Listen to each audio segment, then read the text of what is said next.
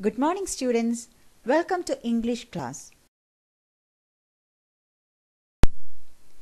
The topic for today's module is Prose 5 from the textbook Visitors. Should Wizard Hit Mommy? Written by John Updike. About the author. John Hoyer Updike, born in the year 1932 and died in 2009, was an American novelist, poet, short story writer, art critic, and literary critic, one of only 3 writers to win the Pulitzer Prize for fiction more than once. Updike published more than 20 novels, more than a dozen short story collections as well as poetry, art and literary criticism, and children's books during his career. He is known for his careful craftsmanship, unique prose style, prolific output, and realistic but subtle depiction of American Protestant small-town middle-class life. Updike populated his fiction with characters who frequently experience personal turmoil and must respond to crises relating to religion, family obligations, and marital infidelity. The theme of the story. This is an interesting story about the worldview of a little child and the difficult moral question she raises during the story session with her father. The story raises a moral issue where the parents should decide what the children should do or let the children do what they like to do. It also deals with child innocence represented by Joe and the adult perspective represented by Jack. Joe, like most children, dream and live in their own magical world. They are devoid of despise, ugliness, and petty differences. They are pure at heart. Jack invents character, and the plots he creates deal subconsciously with his own experiences and complexes. The theme that parents know what is best for the children, even though the children may not realize it, is also dealt with. The story highlights the point that the children also have their egos, identities, views, and attitude. The ending of the story also exhorts children to understand that one must accept one's identity and gracefully accept the way we are created by God. Students, please go through the vocabulary given in the next 2 slides.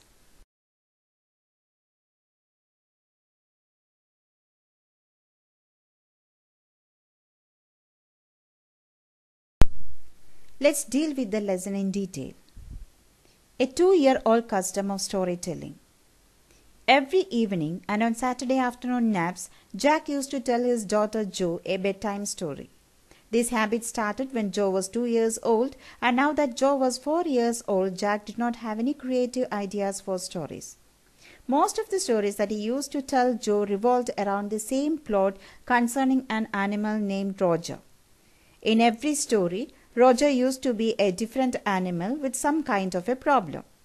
Then Roger would go to this wise owl to take help, who would in turn tell him to go to the wizard.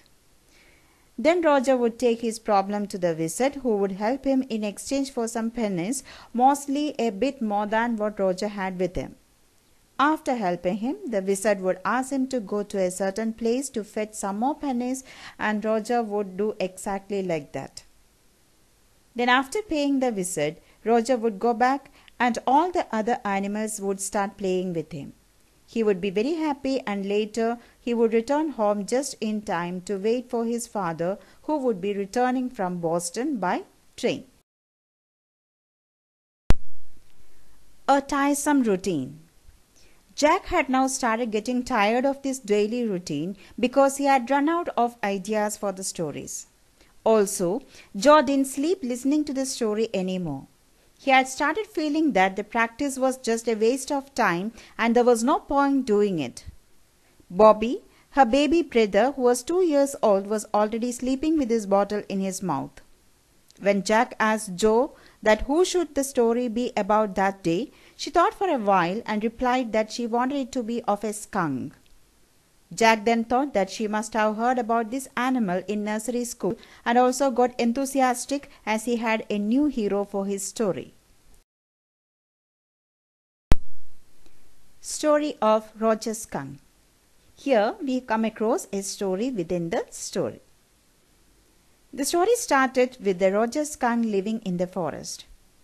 Jack said that Roger smelled bad.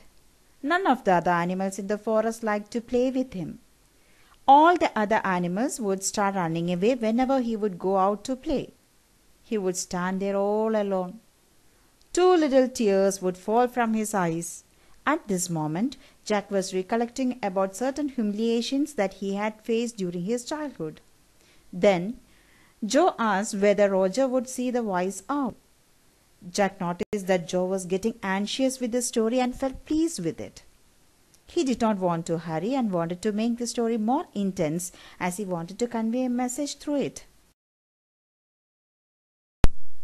Suddenly, Jack heard a voice downstairs, of a chair being pulled, and realized that he must go down to help his wife paint the living room, but had to continue with the story as Joe had not slept yet.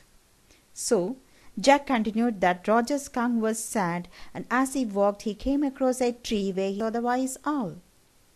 The skunk then shared his problem with the wise owl, and the owl started thinking of how he could help the little skunk. Joe shouted enthusiastically that the wise owl would ask him to go to the wizard, as she had known about the basic plot of the stories her dad used to tell her. Jack got a bit irritated and scolded her and asked her if she wanted to tell the story by herself. Joe denied, and Jack asked her to lie down peacefully and continue listening to the story. Jack continued with the story that the owl told Roger to go see the wizard for his problem. Then Joe interrupted him and asked if the magic spells that the wizards used were real. A new phase. When Joe asked whether magic spells were real, Jack realized that Joe was coming into the reality phase and had started asking questions about the things her parents used to tell her. He noticed that she no longer believed her parents blindly and was curious about everything that was told to her. Joe repeated her question, to which Jack replied that the spells were real in stories.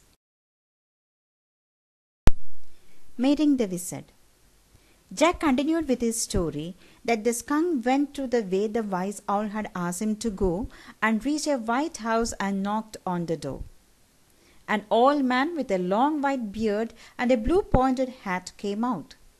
The wizard asked Roger what he wanted, and he had a very bad body odor.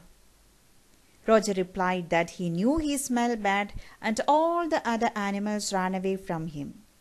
He also told that the wise owl had told him to get help from the wizard.